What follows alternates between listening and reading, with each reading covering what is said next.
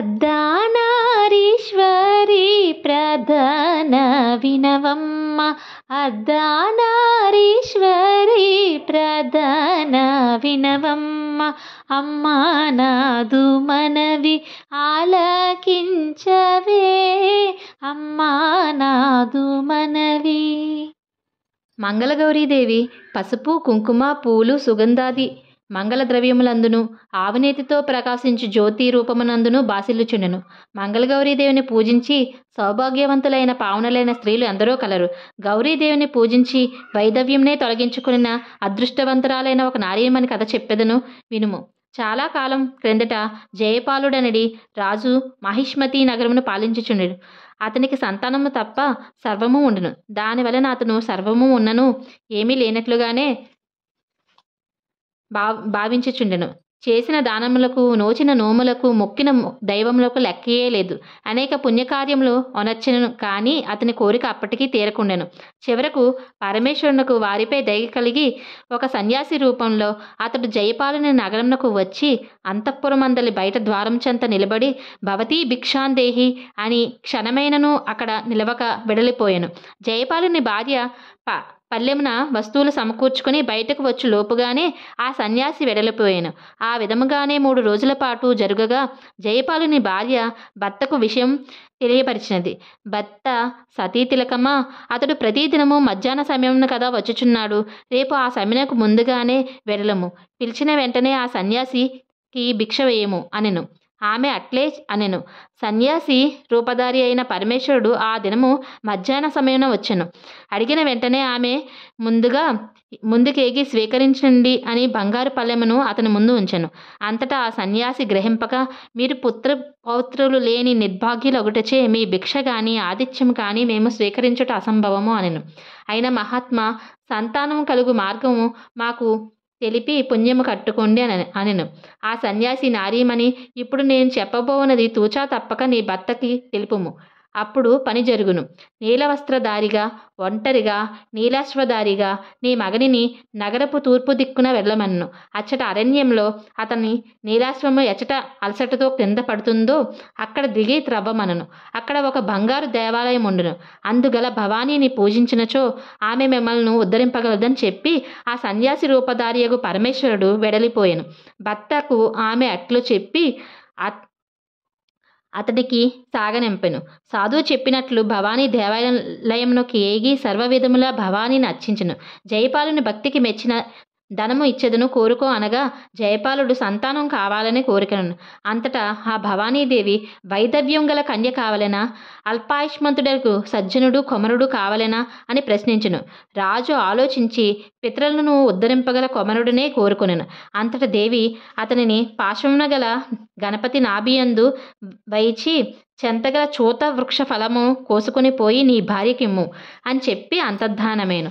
జయపాలుడు అంతా ఆ వృక్షమున అందలి పండ్లన్నీ కోసుకుని క్రిందికి దిగి చూడగా పండ్లన్నీ మాయమై ఒకటే ఉండెను. గణపతి అట్లు కోసినందుకు కోప్పడి, ఈ అకృత్య ఫలముగా నీకు జన్మించు కుమారుడు 14వ ఏటనే సర్పం వలన మరణించెనని శపించెను. రాజు తన నగరికి మరలినాడు. ఫలఫలితంగా జయపాలుని భార్య ఒక కుమారుని కన్నది. అన్నీ సక్రమంగా జరిగినవి. తరువాత పిల్లవాడు క్రమంగా పెరగసాగినాడు. వయసు వచ్చింది. జయపాలుని భార్య అబ్బాయికి వివాహం జరిగినా ఆయుర్ధారం పెరుగును కనుక వివాహం చేద్దామని తన పతితో తెలిపినది. వివాహ విషయము కాశీకి వెడలి వచ్చిన తర్వాత ఆలోచించదము అని చెప్పి జయపాలుడు తన కుమారుని అతని మేనమామతో కాశీకి పంపెను. త్రోవలో వారు ప్రతిష్టానపురం చేరిరి. అచ్చట వారొక ఆరామమున ప్రవేశించిరి. అక్కడ కొంతమంది కన్యలు ఆడుకొనుచుండిరి. అందు సుశీల అను కన్య మరొక కన్యను దెబ్బలాట సమయంలో ముండా రండా అని తిట్టెను. అంతటా సుశీల, మా అమ్మగారు మంగళగౌరి వ్రతం చేయుచున్నది కనుక మా కుటుంబమున ఎవరు ముండలు రండలు ఉండుట అటు లగుట కాదు అనెను. జయపాలుడు కుమారుడు శివుడును అతని మేనమామ అచట ఉండి తర్వాత వారు సుశీల తండ్రి అర్చించు పార్వతీ పరమేశ్వర ఆలయమునకు వెళ్ళలేరి. అప్పుడు అక్కడ సుశీల తండ్రి దైవమునకు నమస్కరించి మా సుశీలకు తగిన వరుడిని ఎక్కడున్నాడని శివుని ప్రశ్నించినాడు. మేనమామ సుశీల తండ్రికి కనిపించకుండా ఆలయం వెనక నుండి శివుడు అని పేరు గల ఒక బాటసారి నీకిక్కడే దొరకగలడు, అతడే నీ కుమార్తెకు తగిన వరుడు అని పలికెను. తర్వాత సుశీల తండ్రి శివుడని పేరు గల వరుణకిచ్చి తన కుమార్తెను వివాహం చేయుట జరిగినది. కలిగెను. తర్వాత భార్యాభర్తలు క్షార లవణ వజ్యముగా భుజించి బ్రహ్మచర్య వ్రతులే దద్భాస్తరణ సంయంలే శయనించినారు. ఆ రాత్రి మంగళగౌరి ముత్తైదువు రూపంలో సుశీల కలలో కనపడి, నీ భర్త అల్పాయుష్కుడు. ఈ రాత్రితో అతని ఆయువు మూడినది. ఆ దోషం పోవుటకొకటి చెప్పెదను వినుము. క్షణం పోయిన వెంటనే కృష్ణ సర్పం ఒకటి అతని కరుచుటకు వచ్చెను. నీవు ఒక పాలుగల కుండను తెచ్చి సర్పమునకు ఎదుటిగా పెట్టుము. అంతా ఆ పాము వాసన ఘటమున ప్రవేశించగా నీవు ఒక వస్త్రమును దానిపై వేయుము. ఆ వస్త్రంతో గట్టిగా కట్టి ఉదయమున దానిని మీ తల్లికి వాయినమిమ్ము. నీ భర్తకు ఆ గండము దాటునని చెప్పాను. సుశీల కనులు తెరిచినే గౌరీదేవి చెప్పినట్లే జరిగెను. సుశీల గౌరీ చెప్పినట్లుగా పాలుగల కుండను వస్త్రంతో కట్టి ఉంచినది. తర్వాత భర్త లేచి ఆకలి అగుచున్నది, ఏమైనా పెట్టమని అడుగగా ఒక పల్లెమున భక్ష్యములు తెచ్చి పెట్టెను.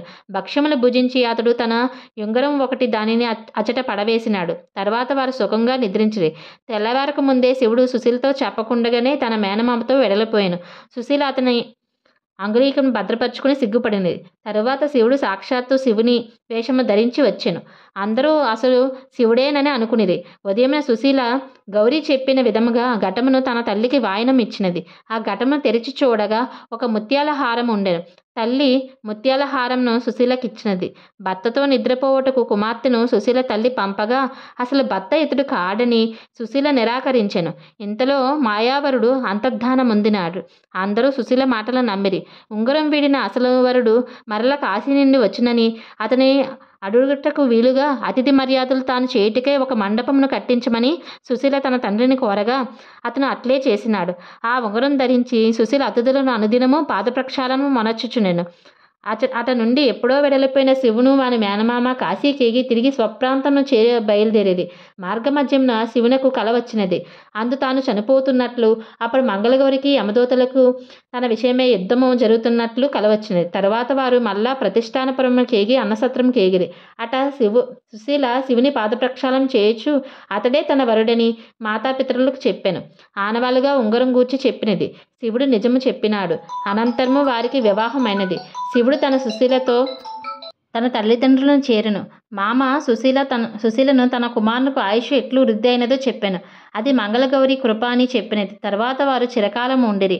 కావున ఓ ద్రౌపది, మంగళగౌరి వ్రతం ప్రభావన వైదవ్యం లేకుండా చేసుకుని వచ్చునని శ్రీకృష్ణుడు ద్రౌపదీదేవికి చెప్పినాడు.